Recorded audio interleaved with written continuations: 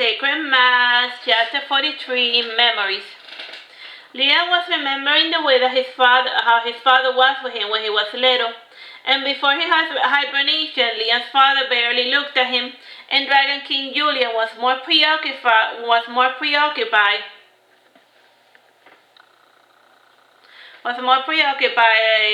with dragging his poor wife to all of the parties to serve as a symbol of his vanity. And while Gregory was hugging Liam, he saw Allan and Caron passing by together. And Allan noticed Liam looking in his direction, but he pretended not to see him. And Allan took Caron to an empty, dirty building. Tell me, sweet Caron, what do you think? Asked Allan, smiling. I think it is a very dusty place, said Caron before sneezing. Achoo! And I have been thinking of opening up a little shop, and I had to save some money first, but a business will help bring in a steady supply of income, explained Allan. And the boats are good, and with a bit of maintenance, this could be a good type of venue. Like a dress store? Asked Caron. Nah, I'm more into food now, real food, said Allan. And here, I made some chocolates for you to try them, sweet Caron. Neat, said Caron. I remember the last time I had chocolate. And Allan narrowed his eyes after hearing this, and he got his hands around Caron's long blonde hair, and he lifted the little ogre's face, and then Allan gave Caron a kiss, and another, and this time Allan allowed himself to get carried away. And since Allan had to make dinner, he made it just a short 1-hour workout. We can meet here whenever you like, sweet Caron, and at least till the shop is up and run about. And as much fun as we have with Gregory there, sometimes when I want you all to myself, said Allan, giving another chocolate piece to Caron. I love you, Allan, said Caron, kissing Allan. And Allan responded to this declaration with a kiss, then another. And Caron pushed back Allan before saying, I can't, not without Gregory's permission. And I am still with him, and I don't want to break his heart. And Allan returned home, and he found Gregory with his brothers, Liam and Allan. And Allan was quite somber by the fact that he was actively destroying Gregory's relationship, and he feared what would happen should Caron one day get sick of Gregory, and how would Gregory react? Would he cry, or would he do something more drastic? Peter had returned home with his son Julian, and Gregory saw his son departing with Peter with a sad smile on his face, and he took a deep breath before going into Allan's house. Gregory smiled and said, Hey Allan, I just had this finished, and Gregory handed Allan a heart scale ring, and Allan flicked the ring back at Gregory, and he said coldly, I don't want it. But, protested Gregory. Not everything is about you and your feelings, said Allan, and if I could grow a heart scale, I would not have a ring to give you, Gregory. But, protested Gregory. Settle down, Gregory, said Liam in imitation of the Arch Magus. I thought that since you had become more wholesome that maybe you were getting ready to join us, said Gregory sadly. Once again, Gregory, not everything's about you and your goals. And I'm learning to cook because I happen to enjoy it. And it is something I can do together with my little sister. And it was never my plan to become your second housewife, said Allan flatly. And if you truly love Caron, you wouldn't share him with me. Hi, brothers, interrupted Marina, entering the kitchen. And what are we having? I thought we were kissing simple, said Allan happily. Yes, pizza, said Marina happily. Between you and me, I don't remember the last time I had pizza. I missed it. 2 weeks passed uneventfully, and Liam was enjoying his rocking chair and one peaceful morning. And he sat there looking at his fingering techniques, because he does the violin thingy. And Helmer shyly sat down on Liam's lap to enjoy his warmth. And around the afternoon, Allan and Marina went to look for their father. And Allan smiled when he saw Liam and Helmer together. And smiling, Allan said, Look, I brought you a fruitcake. And it has a nice, soft, refreshing state with the strawberries and the kiwis and peaches. And I said, you're going to really like this one. And Helmer said, smiling, Please cut us a piece. Allan placed the cake on top of a nearby writing desk, and Marina brought out a plate for her basket, and she sliced a very thin piece of cake. And Allan presented this piece to his father, and Helmer took a small serving spoon, and then he brought it to his lips. He took an entire bite and was thoughtful, and a childish smile appeared on his lips, and then he said, This is really good, thank you, and you should try it, Liam. And Liam took the spoonful that Helmer was offering him, and smiling, Liam said, smiling, A very fine, refreshing taste, and you have outdone yourself, Allan, Marina. Marina, smiling happily, said, And do you want to go out today? Nah, I'm very comfortable today, said Helmer shyly, and you can stay and keep me company.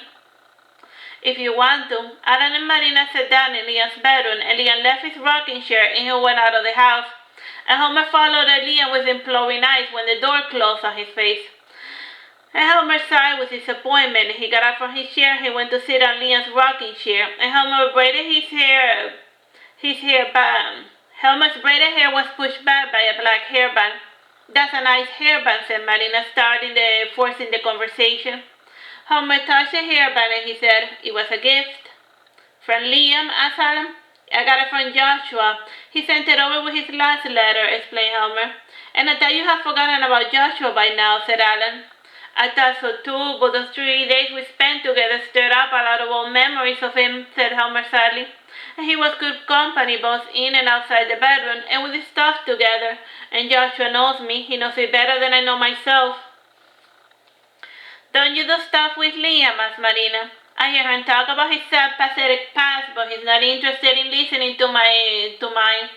And he is a selfish lover like Gregory, and when I treat him like a person, his pride gets offended," protested Helmer. "And other than sleeping in the same bed together with Liam, I haven't done anything with him, but not from lack of trying.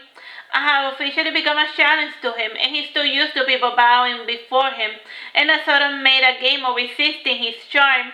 And I have forgotten what it was like to be courted, and I want him to court me for a little longer before finally giving him what he wants. But pay me no mind, and how's your new job going?" I am learning a lot, and we have started to go to the temple together," said Allan. "It is boring in a good way, and there's a new young priest with beautiful red hair, and I tend to stay awake when he's preaching." "Oh, Allan," said Marina, laughing, "you haven't changed one bit." "Dad, I sometimes feel like I made a big mistake and there's no way of fixing it," said Allan sadly. "I felt like that too, but then here I am, and maybe you should pray to get your love life in working others," said Helmer, guessing at the problem. "A wedding band rarely leads to a happily ever after." "I see. Thanks for the advice, Dad," said Allan. Allan, after speaking with his father, went to check up on Sunshine, and he was with Mincy trying to help the elemental with her pronunciation problems, and in the crib Lizzie was cradling the little doll, ragdoll Priscilla. And Sunshine smiled when he saw Allan, and he said, "Tonight I cannot sleep with you, and I feel that I might lay an egg real soon, and I do not want you to fertilize it." "Oh, right," said Allan. "So if we're speaking in biological terms, are you truly a woman?" "I do not feel like one," said Sunshine.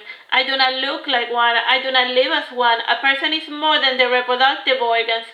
"Medic," said Mincy. "What about him?" asked Allan. Mincy pointed out the window, and sure enough, Allan had new neighbors. And Sophina had bought a house closer to the beach, and she was in the process of moving Gregory's stuff. And Gregory had gotten into the habit of spending more time with Sophina and Eric. And like Alice, the pair had finished with their mission earlier than expected, and Hope was there as well, bossing about the movers. "I guess we do have new neighbors," said Allan happily, "and I better make them a welcome basket." "Sunshine, I have been thinking." "About what?" asked Sunshine dryly. Sunshine was surprised that Allan actually had thoughts. "Biology," said Allan. "And when you checked on me the other day, you said I had barely any dragon blood, and I found that extremely disappointing. Why do you want to be a dragon? You're physically very strong, even stronger than me, the genuine article. And even with puny mana, you know how to utilize your magic to its full potential," said Sunshine, praising Allan. "Take it from me, dragons are overrated." "I saw Caron the other day with him, and it got me thinking about the fact that you lay eggs," said Allan thoughtfully. "At what age did you mature as a woman?" "Settle down, Allan," said Helmer, "and I doubt you'll be laying any eggs anytime soon, and you need to have a cloaca for that." "Uh-huh. So I guess that plan was doomed to fail from the start," said Allan sadly. "Wow, you are really crazy, aren't you, Allan?" said Sunshine, laughing. And Helmer got up and he returned to his bedroom. He had recently gotten a new letter from Joshua, and he was rereading it. And Allan went downstairs with his sister to start a gift basket. "Marina," said Allan. "Yes, brother," said Marina, smiling as she made the dough. "I've been thinking of asking Gregory to make a painting of us three, and we never had a portrait made of us, and I would like to have one," explained Allan. "It sounds lovely," said Marina, and the family united with the exception of Liam and Alec. And both brothers were out on the prowl again, and after dinner Helmer went to the basement to catch up with some of his pharmaceutical work. And it was busy work, but it kept his mind occupied, and around midnight Liam finally arrived home, and he saw that Helmer was not in bed waiting for him, so he went down to the lab. "Johnny," he said, "why are you still awake?" "I got caught up in the lab work," said Helmer. Liam frowned and said, "And you need your rest, Helmer, and I cannot leave you alone home alone, can I?" "I'm sorry," said Helmer apologetically. "It's fine, I will make us some tea and I will fetch some biscuits," said Liam, going upstairs to the kitchen. Liam made the tea and he brought it to the bedroom to chat, and Liam sat in his favorite rocking chair and Helmer sat nearby. After taking a sip and eating a biscuit, Helmer asked, "And what took you so long?" "Alec got invited to a bachelor party by an old school friend and he insisted I come along, and so I did. I left earlier and Alec probably will not come back till morning. And he's such an inconsiderate house guest," retorted Liam. "How was the food and drinks?" asked Helmer. Liam drew close to Helmer and he opened his mouth and he breathed his bad breath into Helmer's face like, "How's the food?" Helmer shrugged back, laughing. "Ew, what's wrong with you?" "You wanted to see how the food was, so there is your answer," said Liam, chuckling, and he added, "I did drink, if that's what you're asking, and you can smell my person if it pleases you." And Liam sat back and he waited, and he rested his face on his wrist with a dull, sleepy look on his blue eyes. And Helmer smelled Liam's hair and mouth, and he took another sip of tea and he ate a biscuit. And the two finished their snack in silence, and Liam left to shower and to brush his mouth in preparation to sleep. And Helmer did the same as well after cleaning the dishes, and when Helmer finished showering, he went to see what Liam was up to. And Liam tended to leave his bedroom door open to give Helmer more access to his person. And when Helmer tried to open the bathroom door, he was surprised to see that it was locked. When Liam came out of the bathroom, he told Helmer, "You have a very nice bed. Stay in it." Helmer went to his bedroom to sleep, and he left the door open in order to hear Liam's gentle breathing. And he closed his eyes to sleep, but he had a night terror, and he rose from his bed trembling, and he went to sleep beside Liam. And Liam opened his blue eyes, and he said, "Oh, to your bed, Helmer." And Helmer tried giving Liam the soft puppy eyes, but it did not work. And Liam got up from his bed, and he carried Helmer back to his room. And Liam then returned to his home bed, and he quickly fell asleep. And the following day, the same incident occurred, and the third time Helmer had his arms wrapped around Liam's neck, refusing to let go. And Liam released Helmer from his arms, and he waited, and eventually Helmer's hands got too tired, and he released Liam. And Liam made a motion to return to his bed, but Helmer clasped his hand, not letting go. And Liam sat down, and he said to Helmer, "I know that you're scared, Princess Helmer, but I am very sleepy. Please go back to your bed and let me rest." Liam had fallen asleep while sitting down, and he did not see the shouty smile painted on Helmer's face. And the following morning, Helmer was a total peach, all nice and sweet, and things continued peacefully enough till November. And on that month, Father's Day was usually celebrated, and the entire family went out to the beach to play, including Sophina and Brown's household. Alright, that's the end of that one. Bye-bye and God bless.